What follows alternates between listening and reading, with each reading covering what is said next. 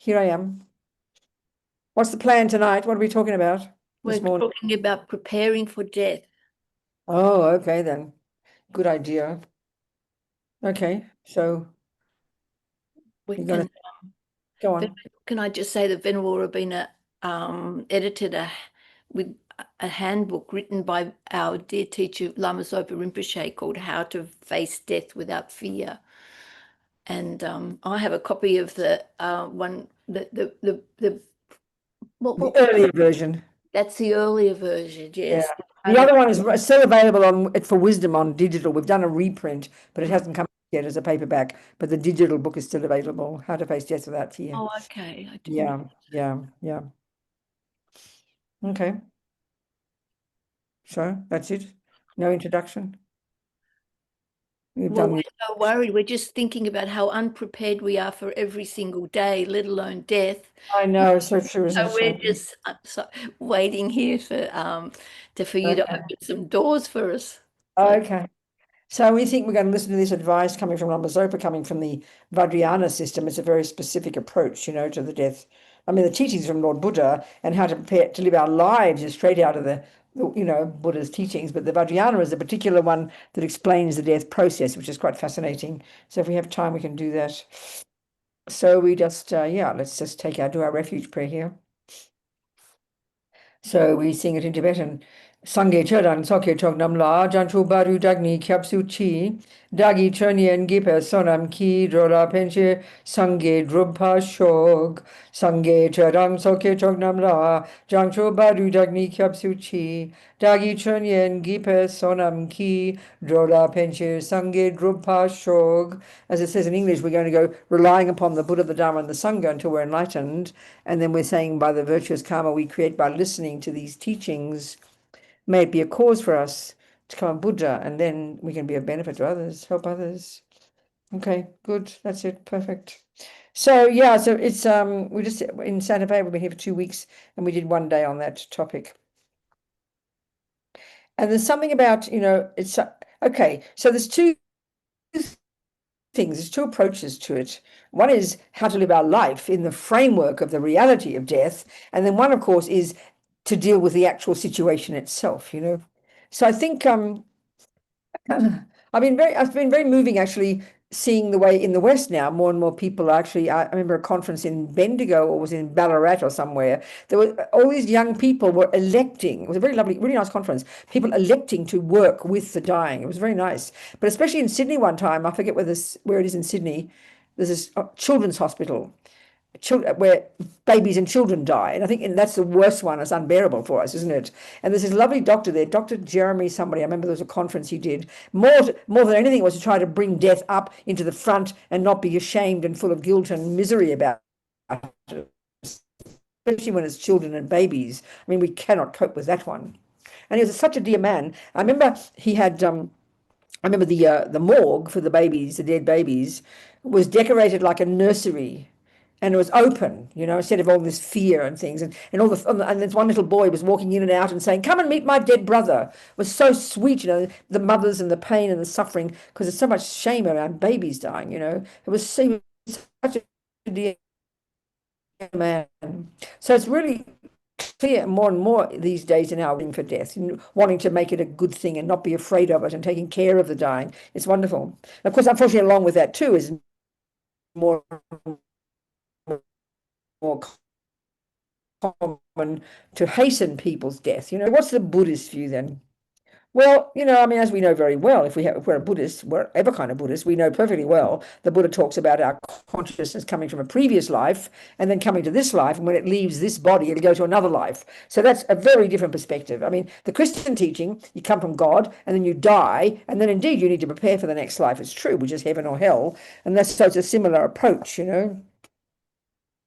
So so the first of all is the main one is living our life in the framework of impermanence, as we know very well. When Atisha's little text that was used as the basis for Tsongkhapa's Lamrim literature, we know very well that the very first practice, the very first one as a preliminary practice is to think about this life is this precious life, and the conclusion from it, Atisha's agenda, is to get us not to waste this life. But then the next point, the entry level into the path, the very first meditation, as we know, he gives us to do, is to think about impermanence. So Buddha's teachings on impermanence are very extensive. It's one of his first philosophical views. And indeed, meditating on subtle impermanence can even be confused with emptiness because it's so subtle.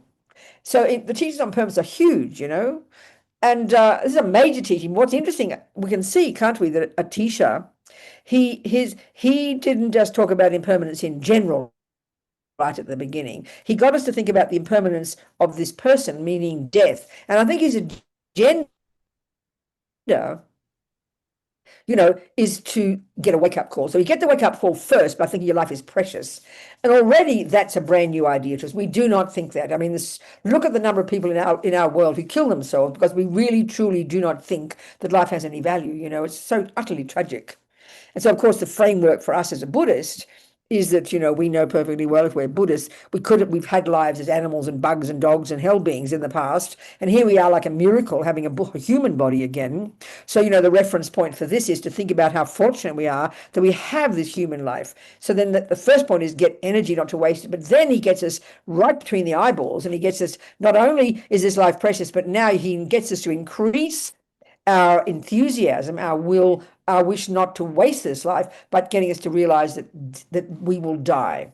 And this is a massive meditation. The Lamas say that if we realize impermanence, just realize the reality, had it integrated into our mind, that impermanence is just the way things are and we will die, he says your life is transformed because you don't waste your life when you realize it's impermanent. So we have this deeply instinctive kind of assumption that I'm permanent. We don't think it intellectually. Our mother didn't teach us this. You don't go learn this at school, but it's deep in the bones of our being, which is why even though death is really obvious, there's kind of gross impermanence, which is the death, things breaking, things ending. That's gross impermanence. But the subtle impermanence is even more profound.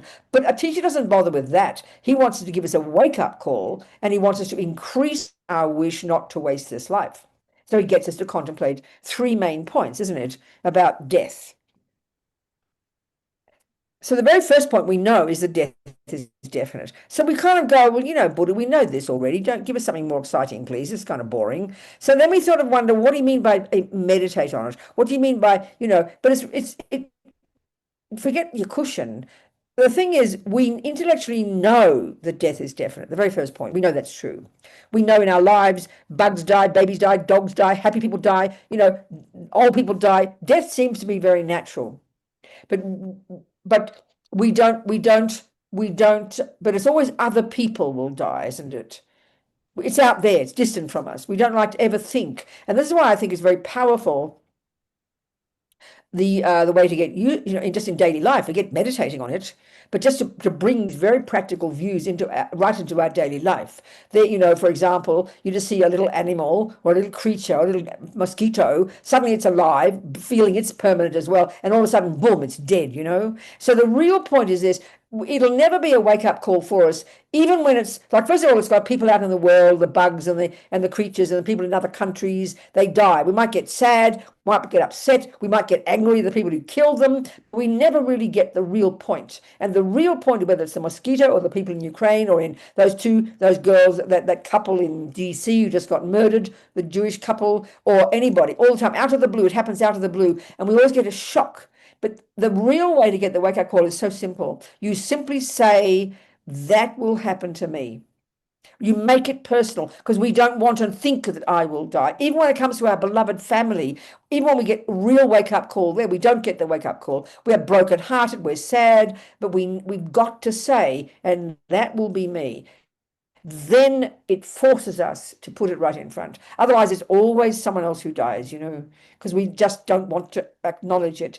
And then we could have to analyze why we have this fear, why is it? It's just because of intense attachment, that's all. Unbelievable. Even though we think we're a creep, we hate ourselves, we think life is not worthwhile, we still have intense attachment to this person, to this body. And as Lama Zopa says, the main cause of fear at the time of death is attachment to this. More than anything else, attachment to this, So It's something we just have to count. We have to observe the instinct, observe the kind of assumption about permanence. And even though it's not expressed out, it's not expressed intentionally, it's just in the background of our mind. We have an assumption. And what we're really saying is we don't want to die, but we kind of conflate it with thinking, I won't die. And then the second point gets a bit closer to home, and that really could freak us out. It should. It should really give us the wake-up call. And that is the time of death is not certain. And this is really clear, but this we do not want to know. We are maybe prepared to accept I'm impermanent and that I will die, but it's always a long way off, isn't it? You think about it. So the way to get this idea of being a feeling impermanent, a feeling, I mean, we know very well, you look in the mirror, you know you're getting older. You know, each day goes by, you're getting one day closer to death. You know, each day you're getting older. We can see it, and we know intellectually it means we're moving towards death. But because we can't cope, we just don't think it. So it's good, you've got to use simple examples. For me, it's like, when you drive somewhere, even like you go from anywhere, even five kilometers. You start off, you drive, and there's home behind you. And as you're driving, you've got this real feeling, don't you, of moving away from home and going towards the office, let's say, or towards the shop. You have a vivid feeling of moving forward, away from home, closer to the shop. Well, that's how we've got to think about our life. So we wake up every morning feeling exactly like we felt yesterday, feeling this permanent solid me, exactly like we felt 50 years ago. It's still me. Okay, I'm wrinkled, but we don't have a feeling we're moving towards death. And that's what we have to have. And we've got to get used to that idea. We're moving towards death. And it's not meant to be fearful. It's just a fact. So it's any method we can use to change our thoughts is what's necessary. But of course, the key point here is we think, well, what am I supposed to do with that? Why should I think that? Let's make me more fearful. No, when we live in denial of something is when there's fear. If you face the fact of it, the fear has gone, and then everything changes. Everything changes. I remember one woman one time in one class, she said, I live in fear every day that my husband will die. Every day I'm afraid that he'll die. So often the first thing we say is, oh, don't be silly. Of course he won't die. But that's stupid. Of course he will die. I said, well, you know what? You say to yourself, well, he will die. But then what do you think? It's not panic and fear and hold on to him, but simply and that's the point of what Atisha's getting, when you realize he's impermanent and you realize he will die and you don't know when, then time is precious, then you don't waste it. You don't waste it. You've got a sense of urgency. So the other problem is we just live in denial of it all and just plod along like idiots, never even thinking about impermanence. Or the other extreme is we live in panic every day thinking about death. Neither is relevant, neither is valid, neither is useful, The reality is impermanent. Buddha's key point about everything, his main trip, is that we've got these layers and layers of misconceptions in our mind, and they are literally the main cause of our suffering. So you can look at the attachment, the emotional afflictions, they cause us suffering, but the impulse to believe I'm permanent causes suffering. The impulse to believe there's no karma causes suffering. The belief that we're made by our mother and our mind is our brain is causing suffering because there's not reality. Buddha says getting in touch with reality is the method to get happy. That's his main point, from impermanence to karma to compassion all the way to Buddhahood. It's a really interesting point. So why we are living in fear is because we're not in touch with reality. And we're massively attached, and then we have grasping at permanence. And these two go really close together. We can see that in relationships. And this is where, so I always use the example of, I always quote Nicole Kidman. I love the woman, but I always use this example when she was with Tom Cruise. I always mention this. I read in Vanity Fair 20 years ago, whenever she was with Tom Cruise.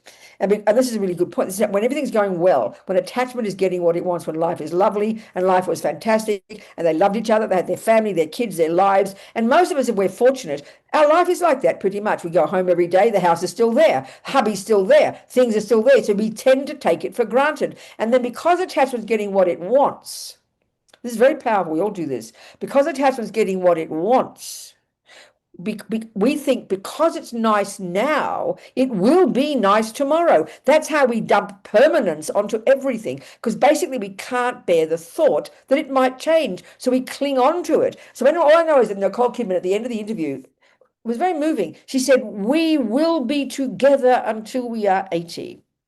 Now we know what she means. We know perfectly well it's not true. You can't guarantee it because we're not clairvoyant.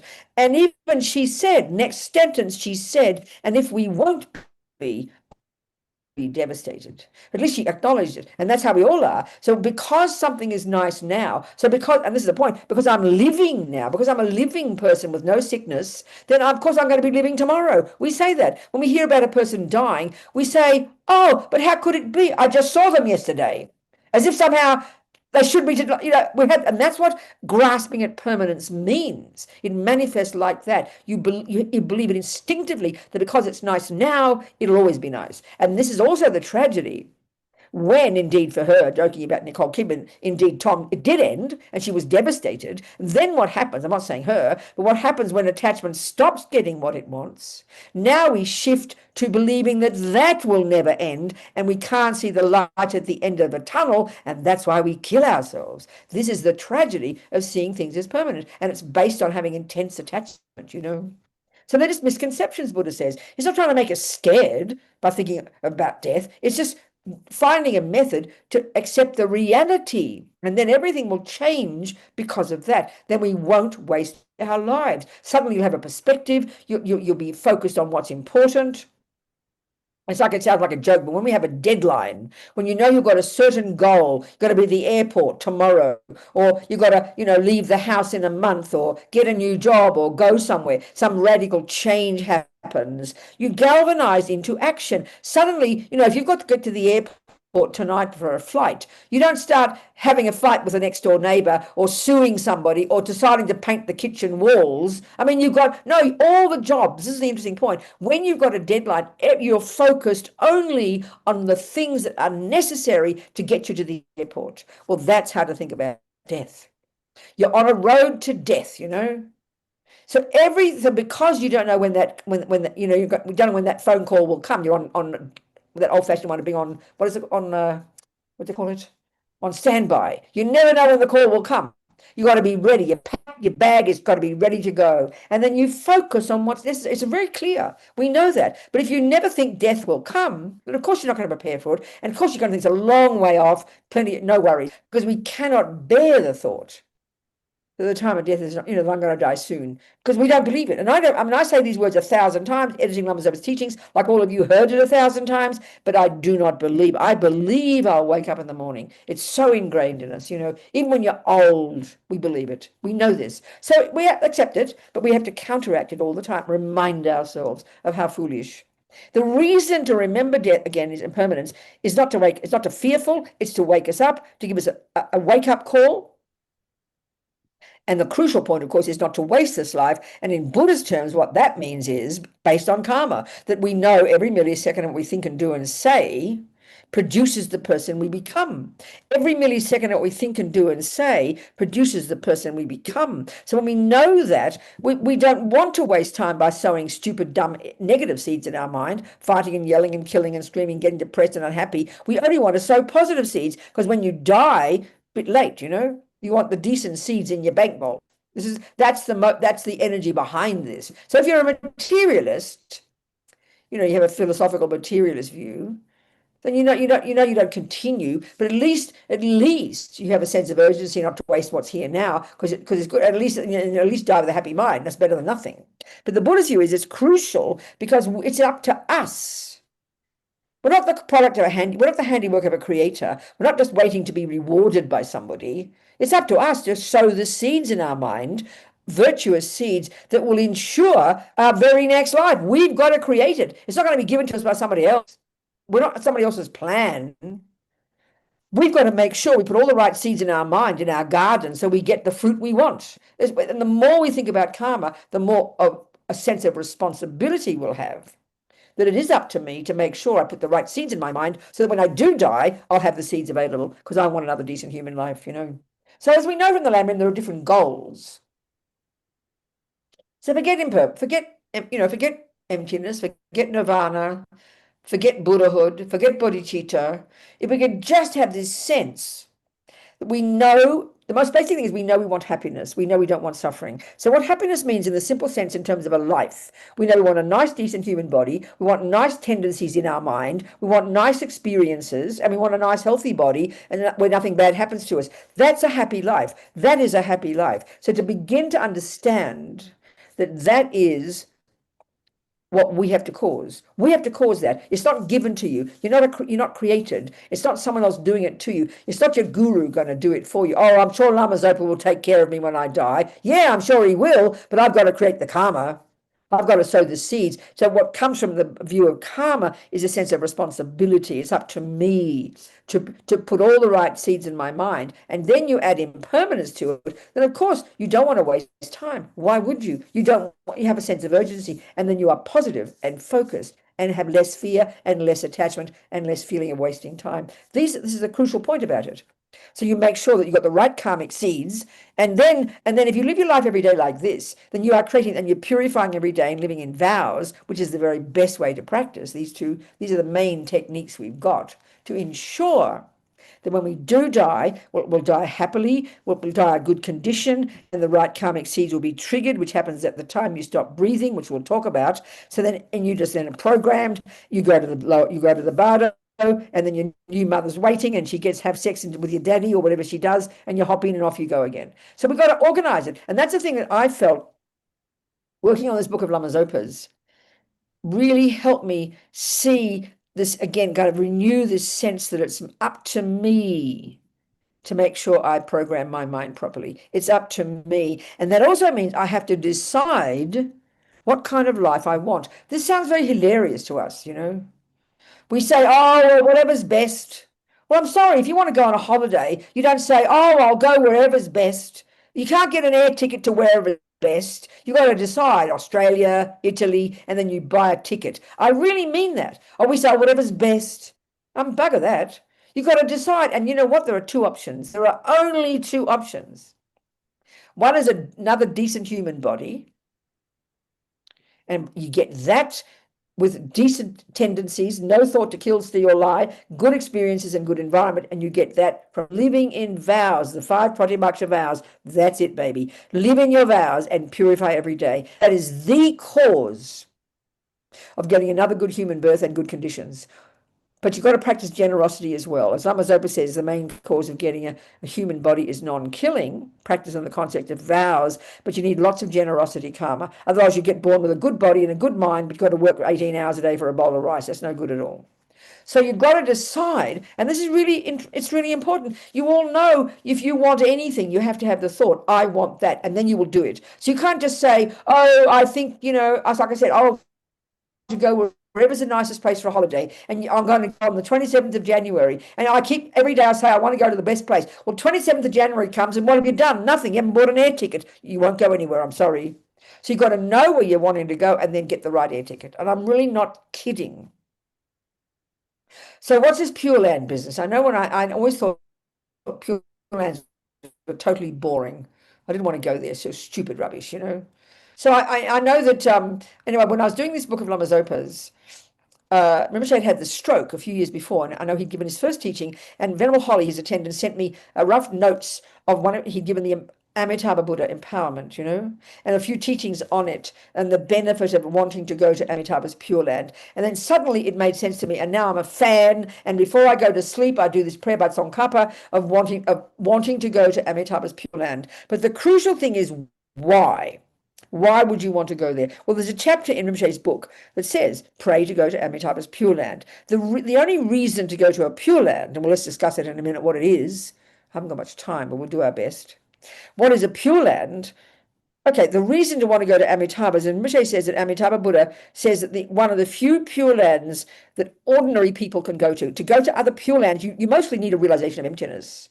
And we don't have that. But Amitabha Pure Land, Amitabha promised, it seems, that anyway, to have virtue, you have virtue, so this is where Rinpoche said in the book that Tsongkhapa says, you want to go to a Pure Land, pray to go to Amitabha's. But the reason to want to go isn't just to be having fun, like hanging out. The reason is because you can get enlightened quickly. So they have discussions about that. Rinpoche's different gurus have different views. And he says, that Kyrgyzstan Rinpoche says you can't get enlightened there. You've got to come back and be born as a human and practice Tantra to get enlightened. But his other guru, my root guru, says you can.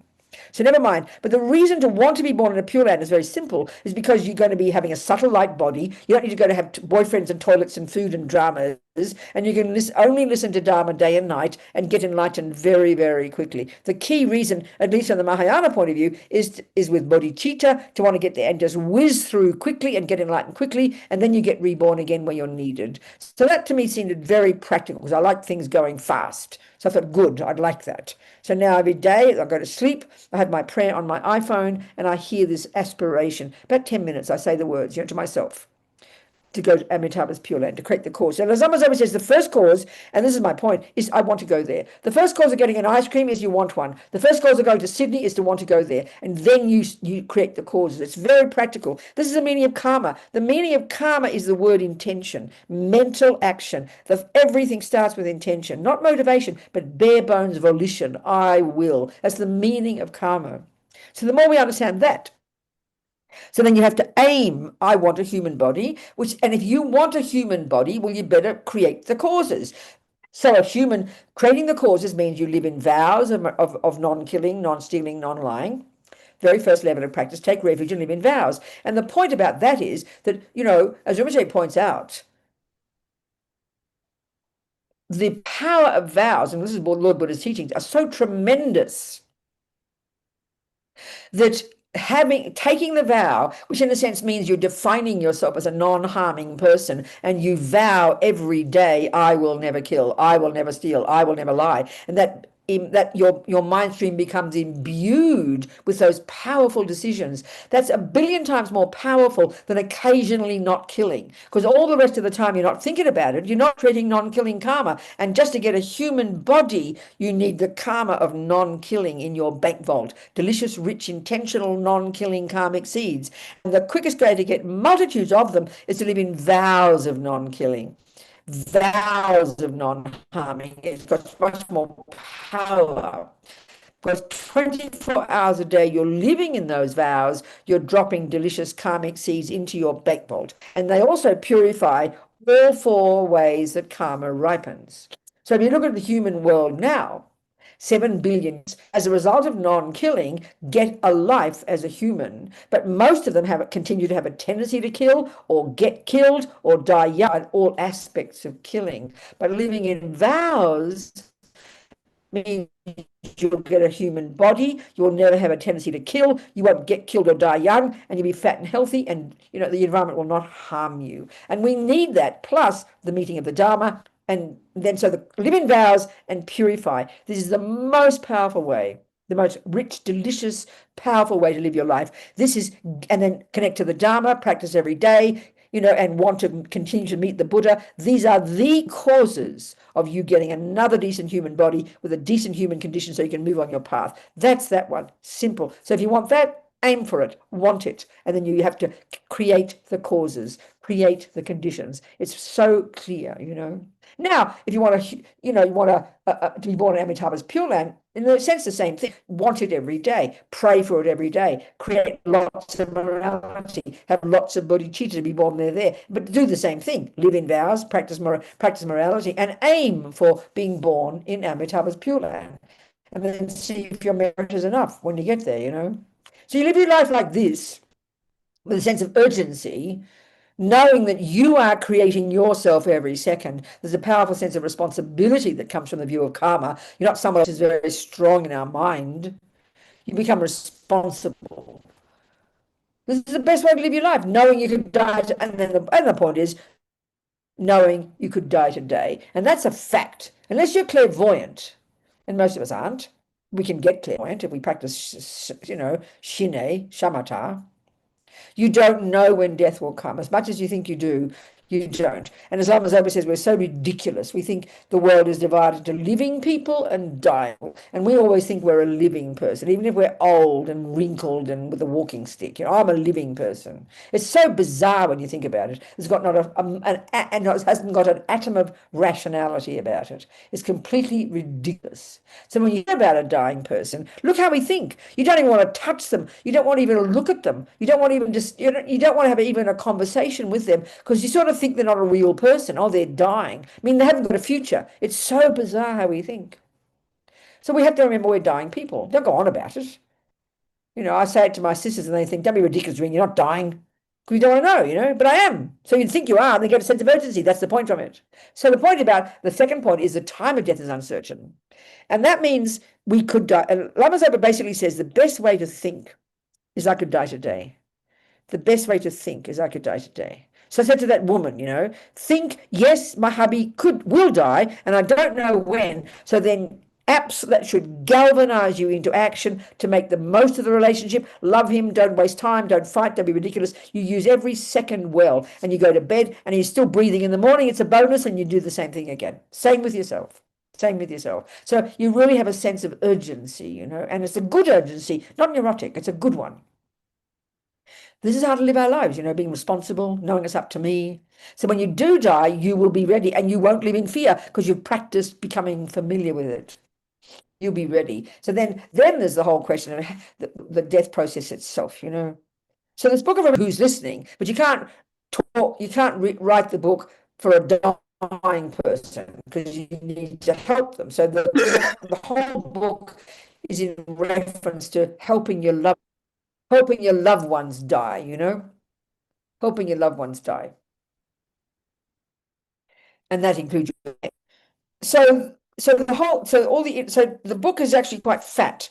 2/3 of it really is all these techniques, all Rinpoche's endless practices, all these sutras and things. He's got so many practices and loves mantras, bhajan, and many sutras and many different things that he thinks are really marvelous. All his practices are like that, but they're all divided. First of all, the book's in chronological order. From about part 3 on, it's all what to do when. First months and weeks before. So the assumption is we're talking about a person who's dying slowly, months and weeks before, days before, hours before, minutes before, at the time the breath stopped, the 3 days after the breath stopped, and then when the mind leaves the body, and then the 49 days after. It's chronological. And there's so many things we can do to help others. So the key one in terms of helping a person, is to make sure the environment is really peaceful. It's something that's kind of like, because you see, we have the 5 senses, don't we? And if you're sick and you're dying, you're very fragile. Your mind is getting more sensitive. Your mental consciousness, and you're very fragile, and you're easily affected by the smallest sound or whatever. So it's to really make sure the environment is peaceful. Because the key point that Rinpoche makes the whole time, he says, first of all, if you want to help anybody in this life when they need you most is right then at the time of death. And it's for a very practical reason, because at the time of death, and we're going to discuss this now, from the Vajrayana perspective, the technical description of the death process, it's described in great detail in the Vajrayana teachings. There's some very good books about it as well. So Rinpoche says that why we need a person to help a person at the time of death more than anything is because it's at that time when the death process starts, and we're going to discuss it, and that means soon after the process starts, when the senses start ceasing, the various components of I kind of deconstruct, it's then that the karmic seed that will determine your next life from the billions of karmic seeds in your bank vault is triggered. And the key point is this: there are negative karmic seeds in that bank vault, and there are positive ones. And it's very obvious we want the positive ones to be triggered. And the condition that enables a person's peaceful, they feel safe, they feel comfortable, and the crucial point, of course, is they can hear and see the representations of the Dharma, because this is the most powerful imprints on their mind, So that means we have to understand karma in order to understand how that can be. And this is good for our pets. And it needs to be peaceful, because when your mind is peaceful, this can help your mind activate virtue. And when your mind is stressed or freaked out, we know that activates delusions and panic and anger and attachment, which is a disaster. The last thing you want at the time of death is that, So the most precious gift you can give is just to be there, just be there like a rock of Gibraltar for the person. Because we all know, you see, don't we? We all know that fear is so tremendous. It's primordial. Everybody, they say this fear is so powerful because we all have enormous attachment to me, and particularly to this body, this thing we cling to, So there's various things he says. The very first one is have the condition to be really appropriate, peaceful, beautiful, and everything in that room should be for the benefit of the dying person. And what that means is whatever their senses can contact should enable their mind to be peaceful and virtuous. So if they're a Buddhist, you'd have Buddhist mantras playing, you'd have their practices, you'd have images of their gurus or the Buddhas, or if they're Christian, you'd have Jesus or whatever works for their mind. You really should know the person well and then put things that can energize their virtue, not their attachment. And that's the thing in our culture. I don't think we can distinguish much between attachment and, say, virtue. So we think, oh, they love nice music and they like their dog and their cat. Oh, that would make them happy. But this distresses their mind completely. You've got to realize what attachment does. It distresses a person's mind and increases the wish not to let go of it. The pain of it is incredible. So you've got to be very skillful in making the room beautiful and peaceful. I know when a friend of mine, Venerable Trisha Donnelly, an English nun, I always remember she died 8 years ago. And I remember it because she was born in the same year as me. We're both born in the year of the monkey, 1944, and she's dead, so it'll be my turn any minute. And my friend Margaret up at Chenrezig, she died too. She was also a year of the monkey. She died as well. So, it's my turn soon. Anyway, Trisha was Venerable Trisha was in Australia. She worked for years as the director of the centre in Bodh Gaya. And she had some kind of virulent cancer, and she rang Lama Zopa. He said, yeah, just get ready for death. No point in trying to fix it. It's too close. So she found a place in Queensland near Chenrezig that was beautiful, like Bali. It was just utterly beautiful. Beautiful buildings, very open and sunny, and the big, vast views of the sky. That's the kind of environment. Because if sick rooms are horrible places. They're dark and dingy and messy and junk everywhere because we think it doesn't matter. But if even though you're dying slowly and you've still got a mind and you have senses, so everything should feed your senses to make you peaceful. Beautiful sounds, sweet smells, nice views. So your mind is, when you open your eyes, and your mind is spacious and you see mountains in the sky. It's so obvious, but to rate really beautiful. But they're never like that. And quiet. Everything should be very intentional. The things you say, the things you listen to, everything should be for the purpose of benefiting that person, to help their mind be virtuous and peaceful, so that when they are ready for death, their mind is completely ready.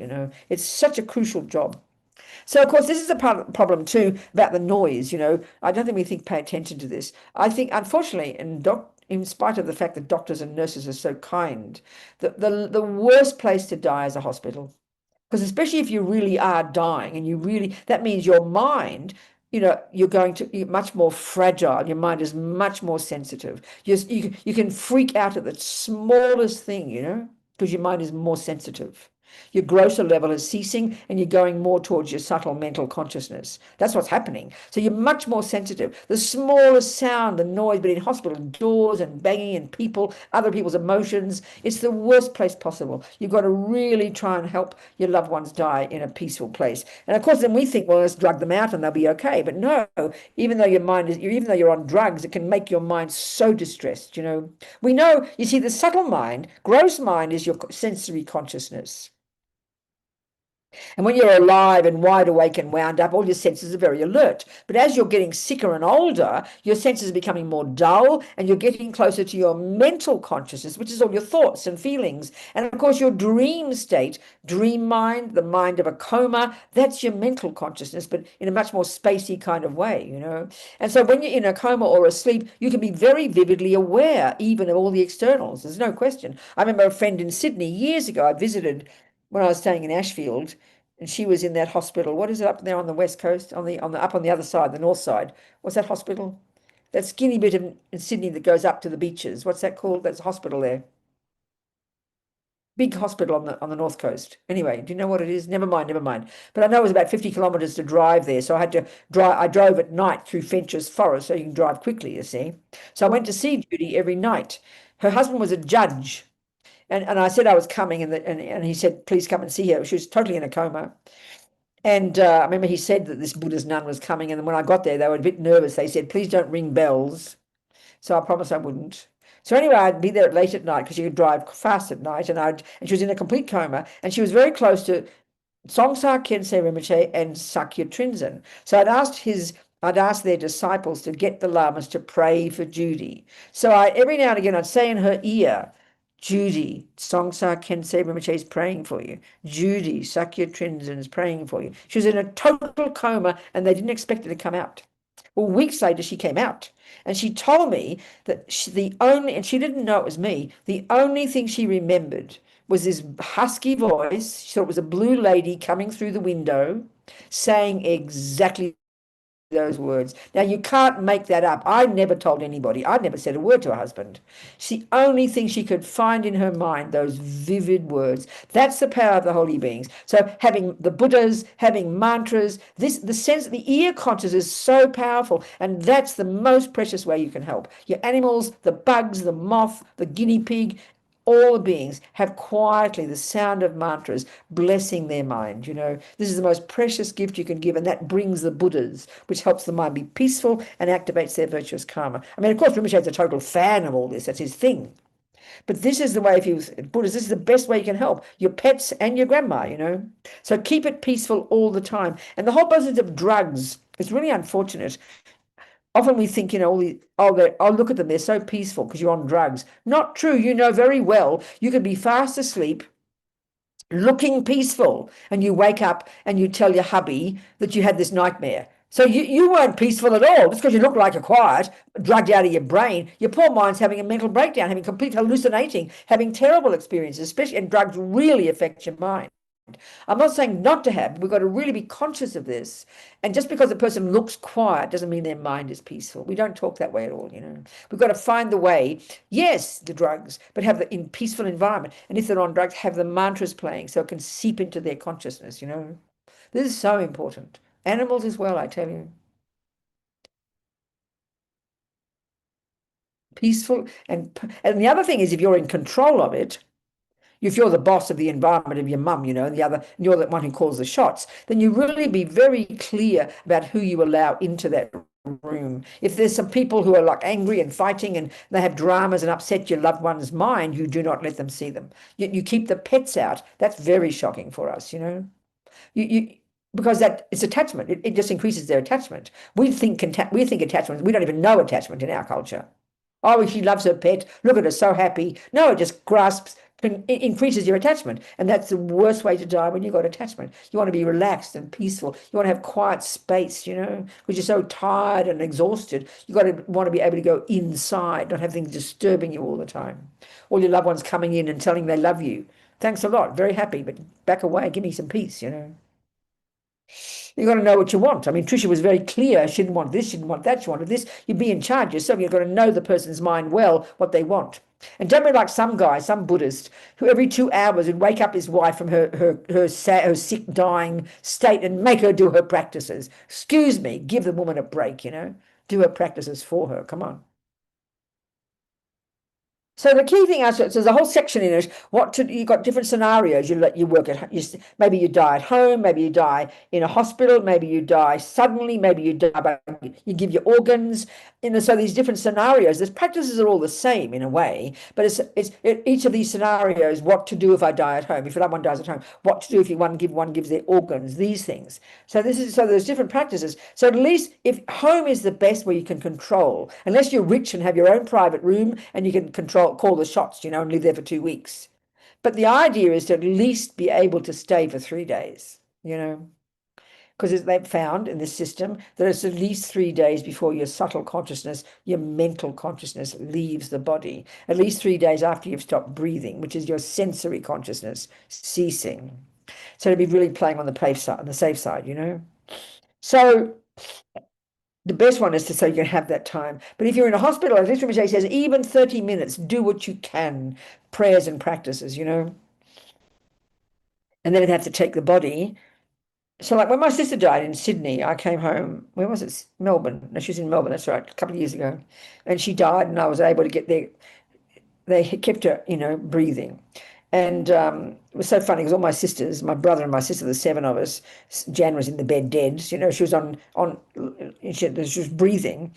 But as far as all they're concerned, they're not, she's dead, she's dead, Robina, I know. I said, but keep her breathing so I can say mantras in her ear. But they didn't care about all that. And so they had her dressed up in her Sydney swan Guernsey. They had a Sydney Swans scarf around her neck, and they were all singing the Sydney Swans football song, you know. And I couldn't run the. I mean, I was not in charge, so I couldn't say shut up, be quiet, or leave. I said, "Can there be some silence here, please?" I tried to whisper mantras into Jan's ear. I couldn't do much, you know, because I wasn't in charge. So if you're not in charge, you do the best you can. If they're all fighting over money, over your father's dead body, you can't stop them. But if you're in charge, then you could call the shots and say who could come in and who not. And that's everything that happened. So basically, everything that happens in that room should be for the benefit of the dying person. You've got to think that way, you know, and have the view of karma, understand the mind when it's more subtle, have it peaceful, and know that playing mantras and prayers is the most powerful gift you can give. The most powerful gift you can give, you know. And so there's lots of other practices too, like when they're still alive and put their wits about them, what you talk about, what to say to them, what to discuss. So one of the most powerful ones, of course, is let's say your mummy's a Catholic. But you know that she's got faith, but she hasn't talked much about God, and it's not very in the front of her mind. You don't shove it down her throat, but you talk to her. Mummy, you know, I've been talking about God lately. God loves you. Are you looking, and that kind of thing. So you get her to think about how God loves her. Think about God. It's the same as the saying the Buddha, you know. Think about heaven. Tell her. And one of the key things Lama Zopa says is that attachment, you can use it. So one of the functions of attachment, which is the pain of suffering at the time of death, you cling to something and you don't want to let go. But another function of attachment is to look forward to something. Well, you can use that. You can tell your mother, well, mummy, heaven is beautiful. I've been thinking about heaven lately. God loves you. God's waiting for you. And she can shift her fear of losing this to anticipation of going to heaven, which is a very nice feeling. It's very skillful, he says, to use this view, to transform your attachment, you know. And the same if you think about karma. It's practical, or think about future lives. So another point here too is that I think it's helpful.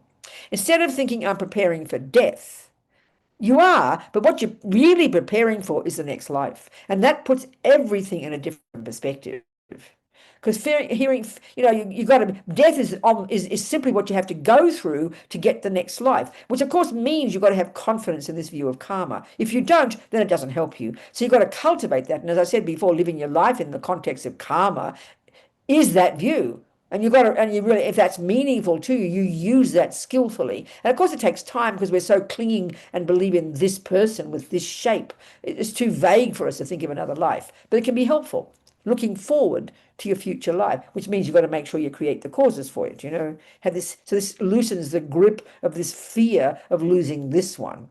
It helps your mind, you know. So before I talk about the death process, according to the Vajrayana, are there any questions about what we've discussed so far, or what to do, or how to help during this period of the person dying? Are there any thoughts, questions, people? Yeah. Yes. Hello, Venerable. Hello there. Yeah. There's How do I so spell your name? there's so many How do I? Eng. Remember Okay. me? Eng Kong is your name. Your mummy calls you Eng Kong. Yes. Good. Okay, I'll call you Eng Kong. Go on. Yes. Talk to Call me go on. Kong. We have I'll do met that. before, and we've Oh, good. Okay, been fantastic. emailing each other. I know. Yeah. Well, I should be calling you. You call me. Should be calling you Doctor. So I'll call you Doctor. Come on. No. Kong will Okay. do. Yeah. Okay. Go. Okay. Go on. Talk to me. Venerable, there's so many good points you raised, and there's so much I want to ask you. But what comes to mind straight away now is, this concept of there's no time to waste. We want to make good use of. Is that related to, is it a Theravadan Pali word, Saṃvega?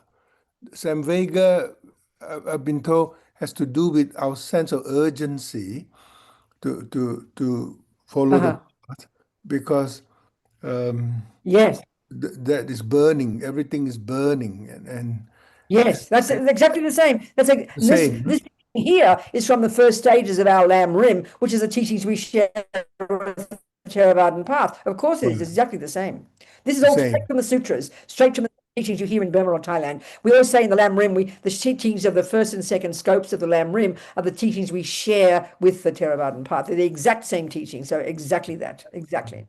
That's Thank exactly. you. It gives us a sense of not wanting to waste because we want to get, because drive our renunciation, that's exactly right. Exactly that. And it can transform our lives thinking this way. We suddenly have things in perspective, And we grasp at things less, we give up anger more easily. There's not, why waste your time, No, it's very true. It's exactly that. Yeah. Anybody else? I look forward to you coming to talk to or later this morning or your evening, the bardo states. What about it? I look forward to you talking about it soon. Oh, I see. Okay. You said earlier on in your presentation. Exactly what I'm going to do. Okay, I'm not going to give much detail, but I'm trying to explain what it is and put it in kind of framework that makes sense to us. So the Vajrayana, okay, let's discuss this now then. Okay, this is based on the Vajrayana model of the universe, which basically is that, and it's the same, is the universe consists of matter, which is made up of the four elements, earth, air, fire, water. And then there are minds, billions and billions and trillions of consciousnesses, mental consciousnesses, kind of mental continuums, rivers of mental moments, consciousnesses going from life to life to life. So according to this Vajrayana model, our minds are inextricably linked with these four elements, a particular subtle level. So according to the Vajrayana, we've got gross consciousness, which is the sensory consciousness. And clearly that is inextricably linked to the gross body. I mean, this is the grossest way our karma manifests. Our four elements are manifesting as a very gross body. So the grosser level of our consciousness, which is sensory, is dependent upon the existence of a body. So the way we would say it in the materialist view is your eyeball, the nerves and blah, see something. No, the Buddhist view is your eye, your sensor, your eye consciousness, which is your mind, which is not physical, works in conjunction with the eyeball, the nerves, the blah, blah, blah. And so then you have a cognition of shape and color. Ear consciousness is that part of your mind that functions through the medium of the bits and pieces and the ear and the drum and the blah, and you can have a cognition of sound. So the first level of death in this is described in 8 stages of kind of great deconstruction of about 25 components. So the first of the 8 stages, the various components that cease to function, the first one is the form, the first of the 5 aggregates, form. Then the second is the earth element. And the indication of this is that the body feels very kind of weak, like it's sinking, much less power, much more weak. The eye consciousness ceases. And there's a set of 5 wisdoms they refer to. And so one of them is this function and they're related to the senses, this mirror-like wisdom, which is things look kind of, this mirror-like wisdom enables us to to see a lot of things clearly.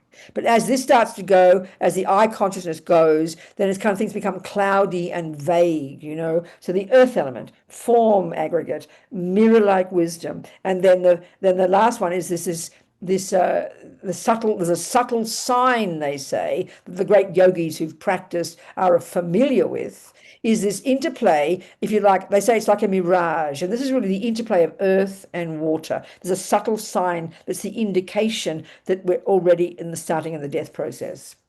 Then the second stage, the feeling aggregate, and the feeling of the kind of pleasant, painful, pleasant and painful and indifferent kind of merge. There's less distinction. And then the ear consciousness, and related to that is this a feeling of equanimity of those 3 feelings. Then the ear consciousness ceases. You can't hear so well. You're less clear, still a little bit. And then the 5th thing is the indication, this sign, is the interplay of the water element and the next one, which is fire, kind of like it's like smoky. This can happen very slowly over several hours, or if it's a violent death, it can all happen very quickly. So the great yogis, of course, have practiced in all their lives going through these stages, identifying these stages and having control over it. And it's also done in conjunction with our deities, with our sadhanas. There's a chapter in the book called "Death is what the yogis have been waiting for." So the third stage is, okay, by this point, your form and your earth element have ceased, and the mirror-like wisdom has ceased, and the eye consciousness. The thing is, though, these also, by the way, this is exactly the process we go through every time we go to sleep. You know, when you're sitting there talking to a friend and your eyes are kind of glazing over and you can't see very clearly because you're so tired, the energies are absorbing, you know. Then the second time, you miss that last 10 seconds of what your friend said because your ear consciousness is beginning to stop, beginning to cease. This happens. So this deconstruction process. The third one is now form feeling recognition, and the other one is the aggregate is a discriminate. The other one, the other state of mind, discrimination. So you can no longer distinguish between this and that. Your beloved boyfriend's on one side of the bed and your worst enemy is on the other, and you can't tell the difference. You're gradually losing the plot, you know. And then at the same time, the fire element and the nose consciousness cease, and there's like a vision of sparks. So it's about this point, it's second and third, there's another whole set of things now. There's the 12 links of dependent arising. So they play a very specific role at the time of death. So this is happening in tandem. So by the second and third stages of this process, the seventh link is kicking in, and that seventh, I think, or eighth, is craving, which is very powerful attachment. And that's when the enormous fear, extra fear comes as you're dying, as the process is starting. Incredible attachment kicks in, and you grasp tremendously powerfully at this one, at me. The fear of losing it is so tremendous. Then the next one that comes is called grasping, which is an even heavier level of attachment, and it's that grasping is what triggers the number 2 link, which is the karmic seed of one of the billions of karmic seeds you have dropped into your bank vault over countless lives. The way you die, so the grasping is going to happen no matter what. But if you're with your beloveds and you're practicing Dharma and your mind is peaceful, then you can still manage. That grasping is the trigger for the karmic seed. But if your mind is virtuous, that'll trigger a virtuous karmic seed, and the one you want best is non-killing, because that's the cause of a human body. So already by that point, you already have triggered the karma. Already you've programmed your mind for your next mother. And they say the way you die, and it's evident because you've still got your wits about you, and because this is when the karmic seed is triggered, and if it's a negative seed, then you're going to die incredibly, death will be very fearful. You'll freak out, you'll be screaming, terrible things can happen, because what's happening is your grossest consciousness is ceasing, and that means your mental consciousness, your subtle level of mind, is becoming more activated, and that's literally seeing the future. So you can literally be seeing the future suffering life, you know. This can be very extremely suffering. People are having hallucinations. They are literally seeing their future suffering life because a negative seed has been triggered. They're going to be born in the hell realms or an animal or something. Person is going to have to be born in a human realm. They will die very blissfully. They'll be peaceful. And I remember when Steve Jobs died. It was very interesting. I like Steve Jobs. I remember reading about it. He knew he had cancer, and you could tell by the words he used to say that he was really in touch with impermanence. But also, I think he had some connection with the Dharma. I know there's this wonderful, I think he's Brazilian, a friend of mine, I can't think of his name, but he's been recognized by his Lama as a Rinpoche, as a reincarnated Lama. He's a teacher. He's a very wonderful man. I can't think of his name now. And I remember he used to do healing. And I remember reading the memoir of one of his daughters, that this day she came to visit, and this Lama was with Steve, you know. So anyway, the point is, the day he died, his sister, they'd been orphans, you know. So she came, and she said he was packed, ready to go. So in other words, he'd spent his years being ready for death. And so she said it was very moving, and I'll tell the story. She said she was sitting there, and then Steve was in front of her, and he was facing his 2 daughters. They had their backs to her. She was watching him, and she looked at his face, and she said he looked so full of love, and he was begging his daughters to forgive him for having to leave them. He didn't, in other words, I'm saying, wasn't freaking out and grasping and panicking. And then she said he looked over their shoulder into the distance, and he went, "Oh, wow. Oh, wow. Oh, wow." And then he all I can deduce based on this model is that he was dying very quickly. His grossest consciousness was ceasing, and he had a vision of like a pure land. Let's hope it was that. So his mind was completely radiant, completely blissful, you know. I thought that was nice. So I've heard many stories. One friend of mine, a Sakya nun in Cairns, she sits with the dying. She said one person, she'd never seen anything like it. He suddenly became like this demon. His eyes were red, his eyes were rolling up at the back of his head. He was completely freaking out, like screaming like a banshee, as if he was seeing the most horrific things. And then he calmed down and then he died peacefully. And her teacher said he thinks probably that he had some kind of karma had been triggered and he had experience of like the hell realms, but he purified it and then he calmed down and then a virtuous karmic seed was triggered and he had a peaceful death and got a good life. So this point is so crucial. They say this is when the karmic seed is triggered, this period when the mind starts. And the trigger for the karmic seed, interestingly, is this intense grasping, the ninth or eighth link, I think, intense grasping. So that's going to happen no matter what. But if you've got your loved one there, you're hearing your practices, you've got your practice, you're familiar with impermanence, it'll be fine. The grasping is there, and that's the trigger for the second link, the karmic seed. But the virtuous state of mind will be causing that virtuous seed to be triggered. This is why to have it quiet and peaceful is so important, so crucial to be helping this person navigate this really crucial time of leaving this body and setting up the causes even before you stop breathing. This is the point for your next life. This is why it's so urgent. So anyway, for this Vajrayana model, we've got the gross consciousness and gross body, and that's the sensory and the physical. So when the fourth stage, which is now the fourth one, the earth element ceases, the tongue consciousness ceases. And as one Lama said, that tongue that has spent its life gossiping is now over. Is now useless. And then the breath stops, okay? Then the breath stops. And that's when we think we're ready for the body bag. And this is the point about you're not dead yet. The Buddhist view is your subtle consciousness, your mental consciousness is still there. And so the idea is not to disturb. So this is the one about organs, and I want to say that, and I will talk about the bardo in Kong, but it's not going to be too extensive, but I'll explain it in a simple way based on this model.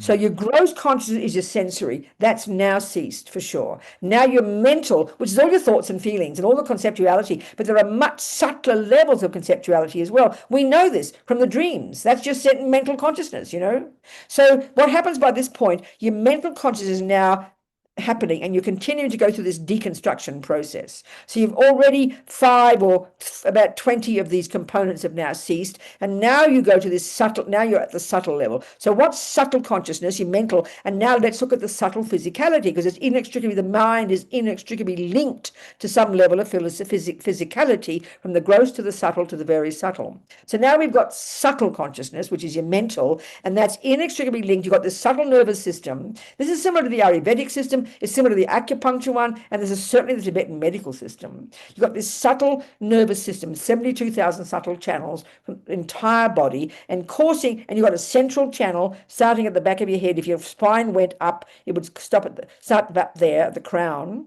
and go down all the way. It ends at the penis for the boys and at the cervix for the females. And then there's 2 side channels that are going from here up and then go down either side, ending in the same place. Then all the other 68,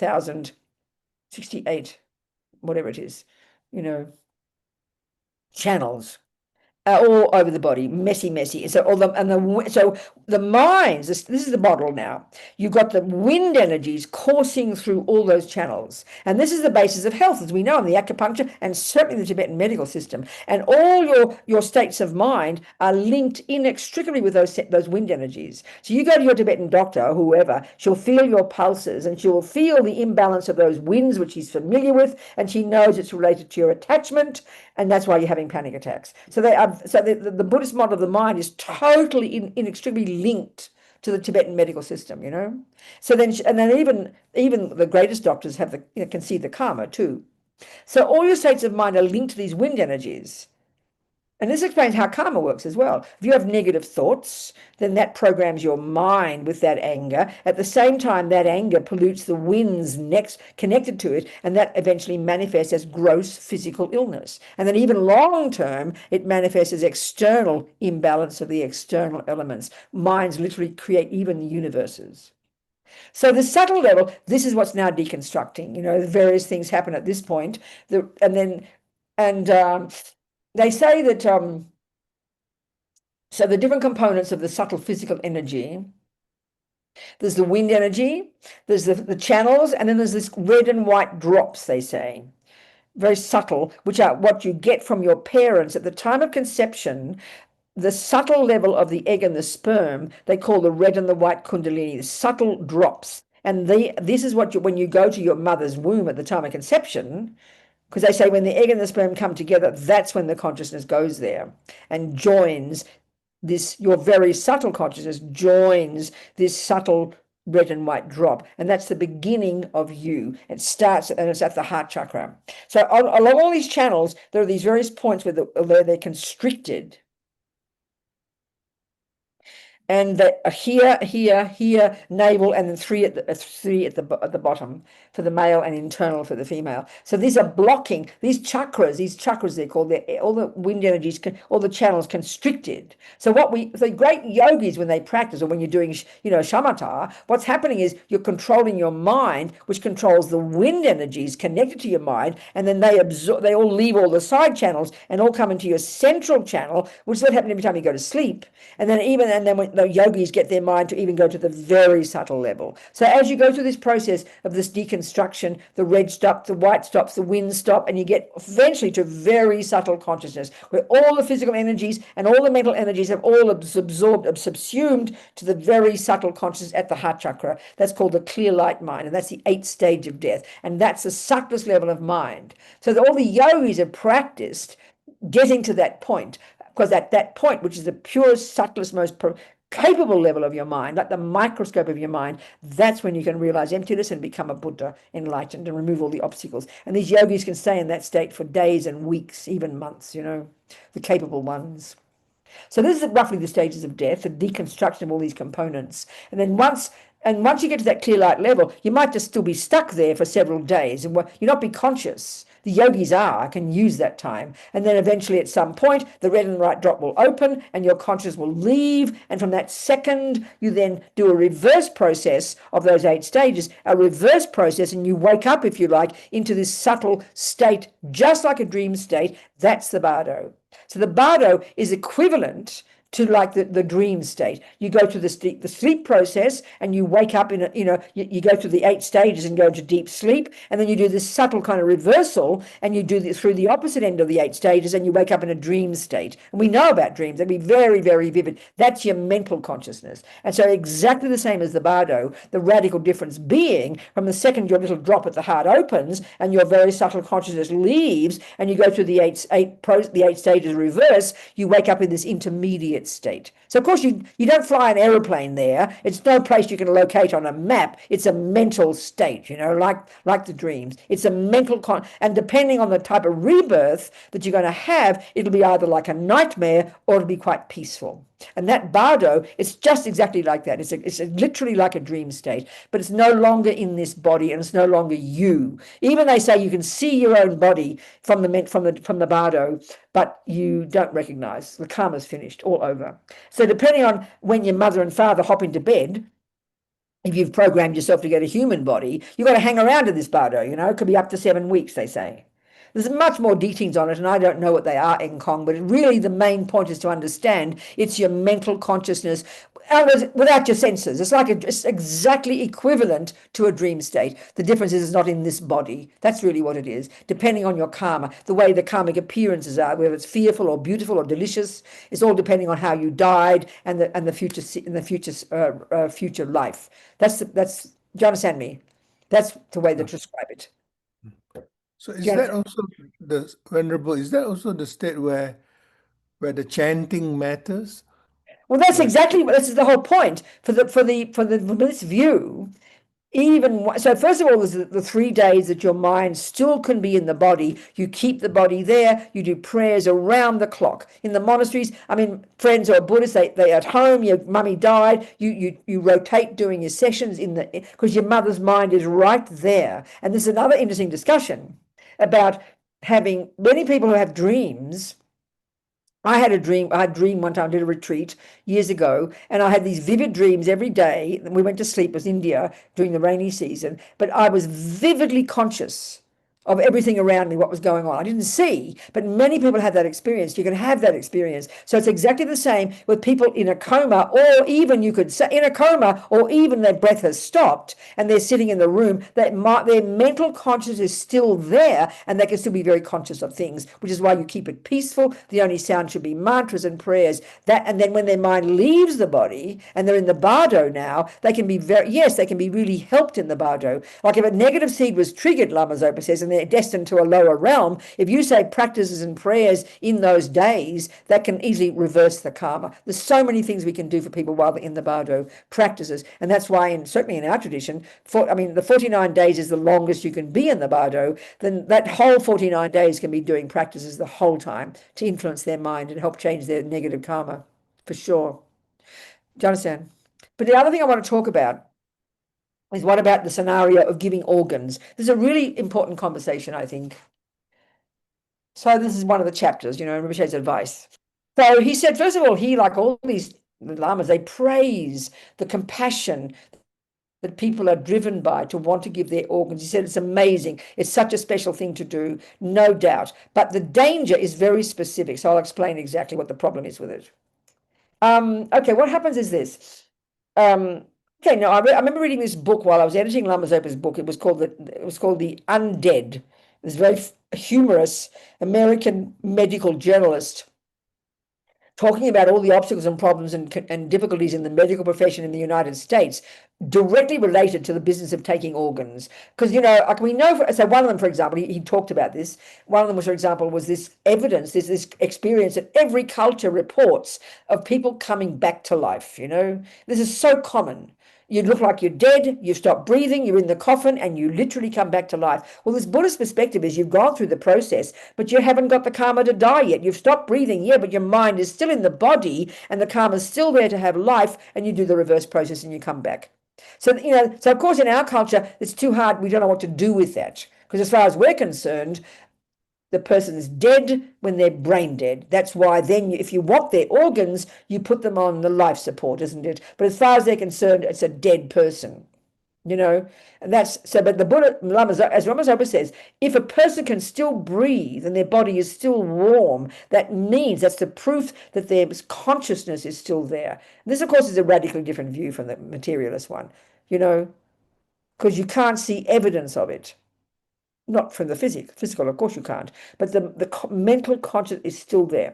So he had a whole chapter, this man, on people who have out-of-body experiences during their operations. And of course there's a lot of cynicism about that, but he said he joked about it. There was one woman who had to have such a radical procedure that they had to close down all her organs, and from their perspective there was just no way in the universe she could have any awareness. Well, he said it was interesting because her experience, it was the most vivid out-of-body experiences, quoting exactly what the doctor said and all these things. And he said you can't argue with this. So it's like interesting. And so all these experiences, he was quoting the obstacles, and he was also quite cynical, interestingly, with the industry, the elitism, the arrogance, the forcing of people to give organs. And I know now in Europe, it's now the law that you give your organs.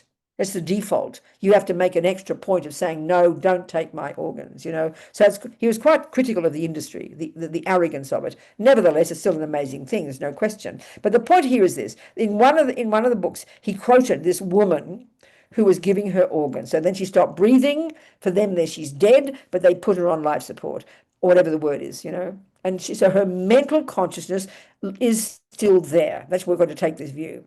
So then she's on the operating table, which means virtually she's like unconscious, just like you would be under anesthetic.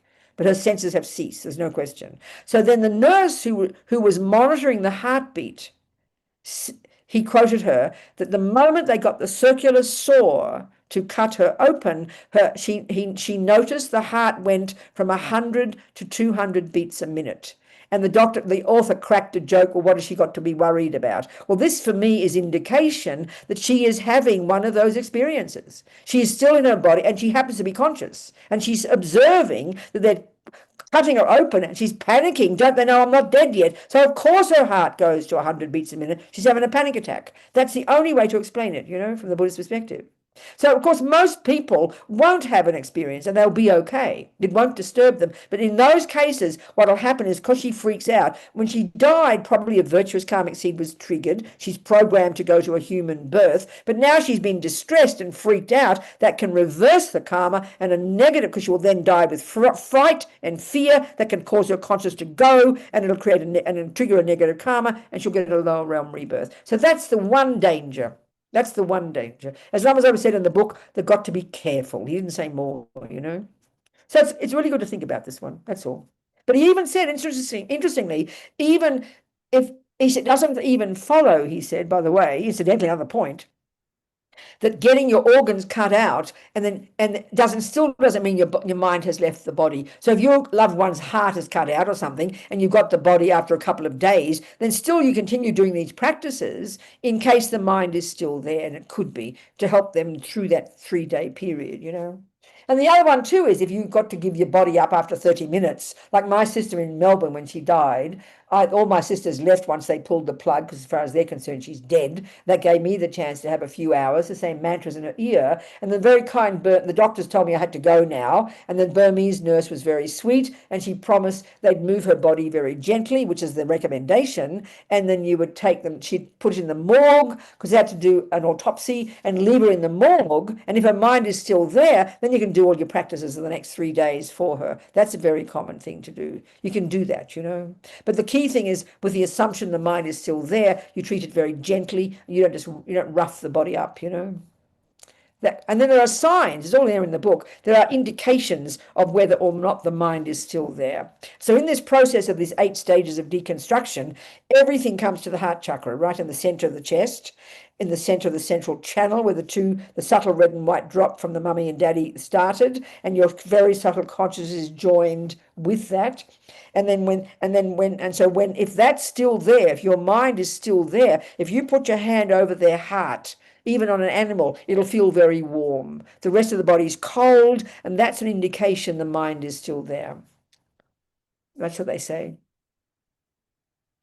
So there's many things to talk about. We've only got 10 minutes left, so what to do? Any questions, people? And of course, all the practices to do after this, you know, many things you can do to even still help reverse the karma, you know. All the next days, we do many, many practices. But the real one, I think, the big one is to take this view that a person is in a coma or a person is asleep. It doesn't mean they're not conscious. That's the big one. That example of mine of Judy was such an example. I did not tell anybody I said those words, and she said those exactly. And she was in the deepest of comas. They didn't think she'd come out. You can't argue with those things. And this is one thing. One doctor in this industry was quoted in this book. It's called The Undead. Nick Teresi is the journalist. He said, I can say with certainty that consciousness is not a function of the brain. I don't know what it is, but that I can say. So I think it's brilliant that people are questioning their assumptions, you know. I know the Dalai Lama, many conversations with all his friends in the medical world, and they're even creating machines, he joked about it, what they can put onto the bodies of the yogis who go into meditation and stay there meditating for days to see if they can find some indication of subtle life with their machines, you know. But he said there's only one machine. So when his yogis down in South India die, by the time they get it down from Dharamsala, the person's left his body and reversed. So we need more machines, he said. So it's wonderful that there's actually discussion about this. I find that's what's really helpful. What else, people? Any questions, Pete? Venerable Robina, thank you so much for this special meeting. It Oh, means darling. so much to me. And I'm just wanted to ask about the 3 days after a parent death diagnosed by the medical profession. Should that be in your own home, or are you whisked away, unfortunately, by the undertakers? So that's the thing, isn't it? That is an interesting point. So if you're in a hospital, if you can, this is where I said, you know, like with my sister, okay, I know in America, when Lama Yeshe passed away in America, in California in 1983, they had all these hippy-trippy laws, and we just paid $2 to the undertaker, and they gave us permission to do the ceremony at our center in California. So we kept Lama's body for days. We took it from the hospital, and we kept it for like days, 10 days, you know, and they were happy. We did pujas and prayers, but now they don't allow that. So I know in one other time in California, a friend of mine died in Santa Cruz, and the daughter and I went there, and the father he didn't want to be kept alive, but his wife freaked out when he had a heart attack, so she called the ambulance. He wanted us to do the practice and prayer, so we had him in the hospital, and so we knew he didn't want to be kept alive, so we did the prayers he wanted. Then they pulled the plug, and then we couldn't take his body back home, so they were very kind, and they wrapped him up and zipped him up in the bag and took him in the ambulance very gently, and then took him to the mortuary, and then we were allowed to come, and we kept him on his gurney, and we stayed all day and did the prayers, and then we wanted to stay overnight as well, but they wouldn't let us. But that we gave them a CD of the Gyuto monks chanting, and when they put him in the fridge, they promised they'd play the CD. So all the other dead people got the Gyuto monks chanting. So we came back next day and did another day of practice. So you can do things like that, or you can keep, like my sister, they kept her in the fridge for 3 days before they did the autopsy. So that can be also fine. You can do the practices before you disturb the body. You know, there's different ways to do it. The ideal is if you've got, you know, if you're at home, or if you're like a friend of mine in Tasmania, her husband was dying and he died in a private hospital. Well, she shooed out all the doctors and nurses and locked the door and stayed there for 3 days with him. Wow. It's best to have a scenario where you can have the 3 days, and you can, and you know, I mean, if there's a bed that's spare in the hospital, like I know one hospital in Adelaide I went to, Vietnamese family had their own private room, and they allowed him to stay because they didn't need the bed, obviously. So you can be fortunate, you know. Thank you for that explanation, and it's very precious. Thank you. Good, sweetheart. Good. Anybody else? What about Christina? Yes, Venerable. Janet had a question. What happens when you die suddenly with cardiac arrest? Well, see, that's the thing. That's the whole point. The ideal way to die is to die slowly, okay? That's the ideal way.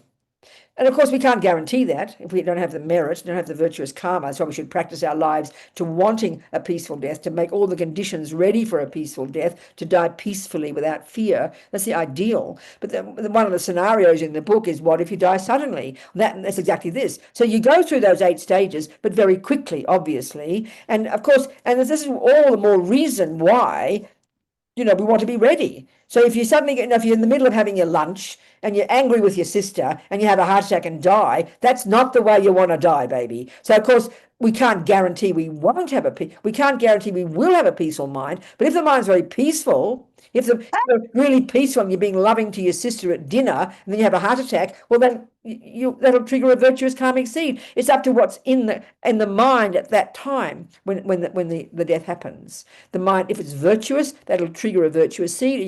You're already programmed for a decent rebirth. If your mind's freaked out or panicked or whatever, or negative or angry, your mind it'll be triggering a negative seed and you get a suffering rebirth. But what to do if you are the one taking care and your mother has a heart attack? You know, do what you can to help her be alive, do the machines or whatever, but keep your wits about you. And right there, as you're trying to work her out, you do mantras and prayers in her ear. You do that. You try to sort of also help her mind as much as you can, you know. Or if you stop off at an accident on a road where a person's dying, you try to do that. You try to say mantras while other people do the doctor thing. You do the thing to help their mind be peaceful. Do you understand me? Hope that helps. What's the other question, Christina? Venerable, Diana had her hand up earlier. Where are you, Diana? Talk to me, Hello, sweetheart. can Good, I? darling. To me, Diana. I'm Sweetheart. in Adelaide. I remember at Buddha House said that when someone dies, you pull the tip of their hair, but I don't understand that. There was no Oh, no, explanation I didn't given. mention that part. Let me discuss that. Yeah, that's kind of interesting, I know. It's sort of interesting because one of the things you can do before you move the body, this is the idea, before you move the body, you can check different ways to indicate whether the mind has left. And if you think the mind is still there and they have to take the body, what you could do, they say, you know, is very strongly pull the hair at where the top of the central channel is. Because the idea is the very subtle consciousness, the clear light consciousness, is sitting in the heart chakra, in the center of the central channel. So tipping there, sort of like disturbing them in a way, pulling it very strongly at the crown chakra, that could cause the consciousness to zap up and leave through the crown chakra. There's another point. Where the mind leaves from the body is an indication, perhaps, of the type of rebirth. And this is very hard to know. So, for example, if the mind does leave through the central channel up the top here, that's an indication they could go to a Pure Land rebirth. If the mind leaves through the eyes, it'll be a human birth. If the mind leaves, and we don't see this, it's too subtle. The very subtle consciousness leaves through the mouth, that's a spirit rebirth. If it leaves through the anus, that's a hell rebirth. If it leaves through the sex organ, that's an animal rebirth. That's how they say. So that's why not to touch the body, because if you're kissing your loved one, you're just going to activate their mind leave through there, which is attachment, and that'll give them a damn spirit rebirth. You don't want that. So not to disturb the body. The point is, even before they stop breathing, is the whole point I'm trying to get to. The mind, as your senses are getting weaker, your subtler, more mental consciousness is getting stronger. And that's why literally you could argue with Steve Jobs. His senses were going very quickly, his mental consciousness was there, and that incredible moment of love was the trigger for a virtuous karmic seed, and he's seeing a future, he's literally seeing a future rebirth. You talk about people seeing light. That's exactly what it's like. It's like, as Rinpoche said, it's like going towards the light. Many people who have death experiences talk like that. But so it's interesting.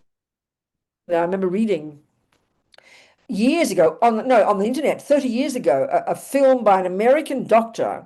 This is very interesting. American doctor who was interviewing his patients about near-death experiences that were not white light. They were like hell experiences. So this one guy was in the hospital. He suddenly found himself walking along this tunnel, and at the end of it was this conflagration, this nightmarish fire, and all his loved ones all his friends in their human form, he could see them in hell, and they were screaming at him, "Go away, go away, go back." And he did, and he served Jesus, and you would. He had faith in God. The other one was this fellow in a hospital about to have had a heart operation. He was very worried about it, and he suddenly found himself, he was standing next to his wife, and he talked to her, and she didn't hear him, and he got annoyed with her, and then he looked at his bed and he saw his body there. So he's having what you call an out-of-body.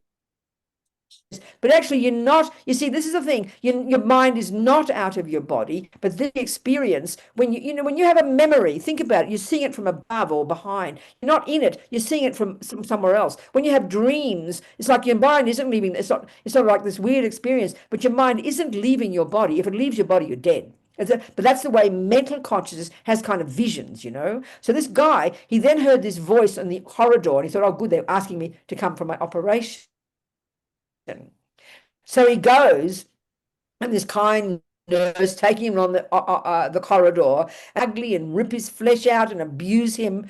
And what I first thought was so interesting, one thing he said was, the walk along that corridor took as long as walking from here to Alaska. Well, wherever here was, it must be, Alaska's a long way. So that's my experience. My feeling is that really shows about the experience of time. He could not have been, that whole experience was probably a few seconds. But so time, what's time? When you have only a mental consciousness, not the gross level. He said it was as long as walking from here to Alaska. Anyway, he was in the depth, and they left him, and he said he was in the depth of darkness and despair, the likes of which he'd never known, and he didn't know what to do. So then he thought, I'd better pray.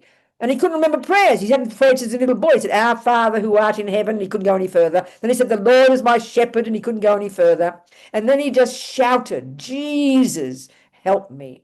And then there's this light coming from a long way, tiny light, and it came closer and more radiant, and it was Jesus, and completely encompassed him, healed him, and he was in total bliss, and he wanted to go with Jesus. And he said, no, go back and serve me. And of course he did. So these are karmic visions, I mean, if Green Tara had turned up, he would have had a shock.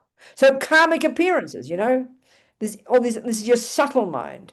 So what I'm getting at is many things there, actually. Karmic appearances, what you see, your mental consciousness, dreams is mental consciousness, coma is mental consciousness, and when you're dying, that's much more vivid.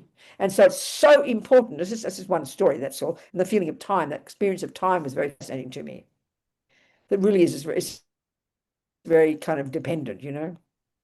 So, you know, as you're getting sicker and older, it's most important to keep calm and peaceful, not drugged out of their brains. That's not calm and peaceful. That's a tragedy. And not just stuffing them with, you know, these old people's homes where they're stuffed with television, blasting there all day. This is a nightmare, you know.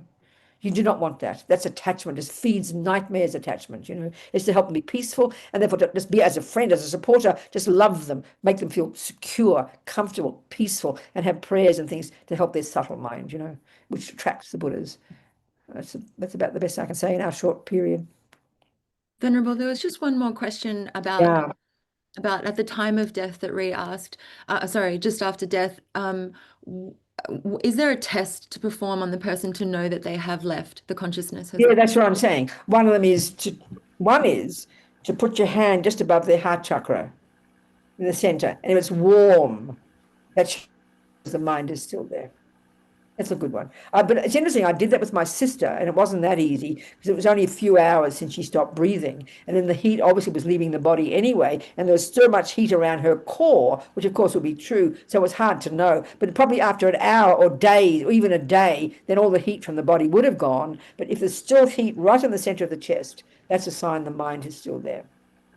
That's a good one, I think. What else, people? Can I ask a question, Venerable? It's Jerry. Yes, go on, talk to me. I'm just curious when you say not full of drugs. So if people die a long, slow death, often it's because they have cancer or something like that. And then they are in a lot of pain. So yes, I suppose. No, I think Jerry, I think the point is it's important. What I meant by that was when we think of a person's drugged out of their brain and they're unconscious, that they're peaceful. And I think that's the point I'm making. I don't mean don't have drugs. Maybe, you know, organize it better. But just assuming that because the person's in a coma or the person's been drugged out so they're not conscious, just assuming they're peaceful, that's what I meant is not true. That's not true. That's what I'm saying. But if then people are on a lot of medication because of levels of pain, then well, this is where, I mean, the ideal is to be conscious. The best way to die is to be conscious. But of course, you've got to try and navigate and work it out and find a way, the balance between being conscious and being pain-free, if you can. It's not always possible, is it? Yeah. Got to be aware of this. That's all I'm saying. You know, Yeah. do everything. I mean, it seems to be so clever these days with the drugs and everything. Being aware that just because you're drugged out and not looking like you're conscious. I know one time in Bendigo, I went to visit a person dying in the hospital, and his wife, probably morphine. I don't know. He had cancer. And he wanted to hear prayers. And I know I had to shout at him and hold his hand. Can you hear me, Michael? And he could feel him coming up from this drugged out state, trying to get to the point where he can say yes. And he held my hand. So I shouted the prayers that he wanted to hear, because it's very hard when you're drugged out. I know one time when I had this terrible pains, I used to get these weird pains, and they took me to the hospital. I was in Melbourne, but they wouldn't give me, I know sometimes I'd have this pain, they'd stick steroids in, but this doctor wouldn't do that. So he put me on, what is it called? What I said, morphine. It was a hideous experience. I did not want to die like that. My mind was out of control. I was hallucinating. It was the last thing I wanted. Okay, I maybe had pain less, but it was not a happy mind. It was not an experience. The idea is to be peaceful and calm if you can, you know, if you can. I don't know if there's time to ask another question. In New South Wales now, like in other states in Australia, you can have voluntary assisted dying. And my close dancing friend, his wife chose that because she'd been in hospital for 3.5 months and she was going through hell. So she chose that. And to die, to kill herself. Yeah. You mean to kill herself? Voluntary assisted dying, so they give her the drug to knock her out. No, see, this is no. I mean, we have to stop the class. You know, we can talk a bit longer. But this is another whole discussion. You know, and this is the point about this one. Okay, say the basic points.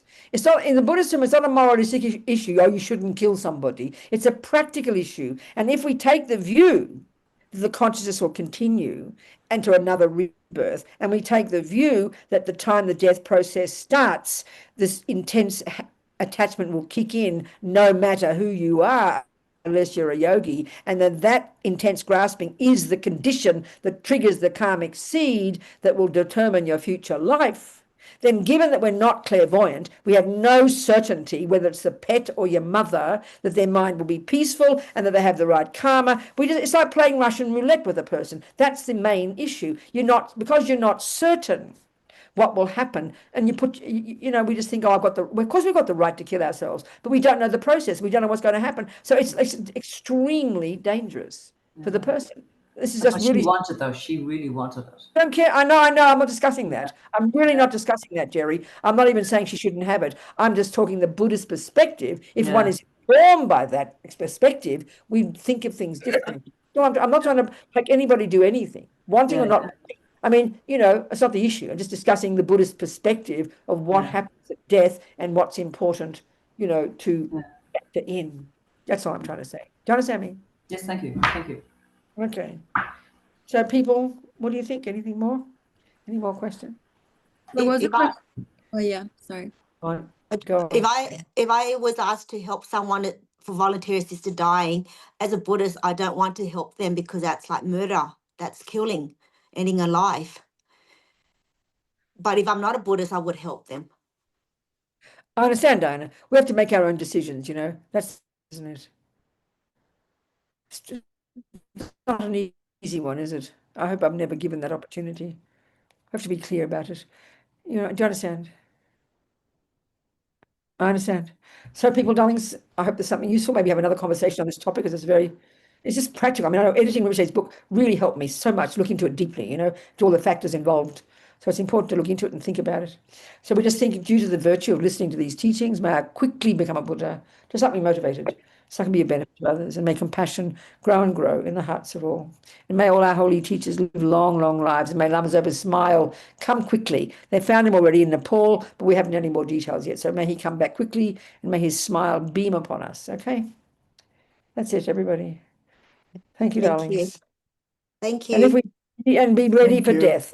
Get used to it. Be ready for death. Just get used to it, okay? Be ready for death. When you go to sleep tonight on the pillow, one day closer to death. And if you do die, make sure your mind's virtuous. And if you wake up in the morning, it's a bonus, and decide to use your life usefully. Be practical. Keep it there. And when we're more familiar with it, it doesn't stick in our face like the fear of death. It becomes integrated into our very being, and everything changes. So keep focused on that. Remember that, darlings. Much love, everybody.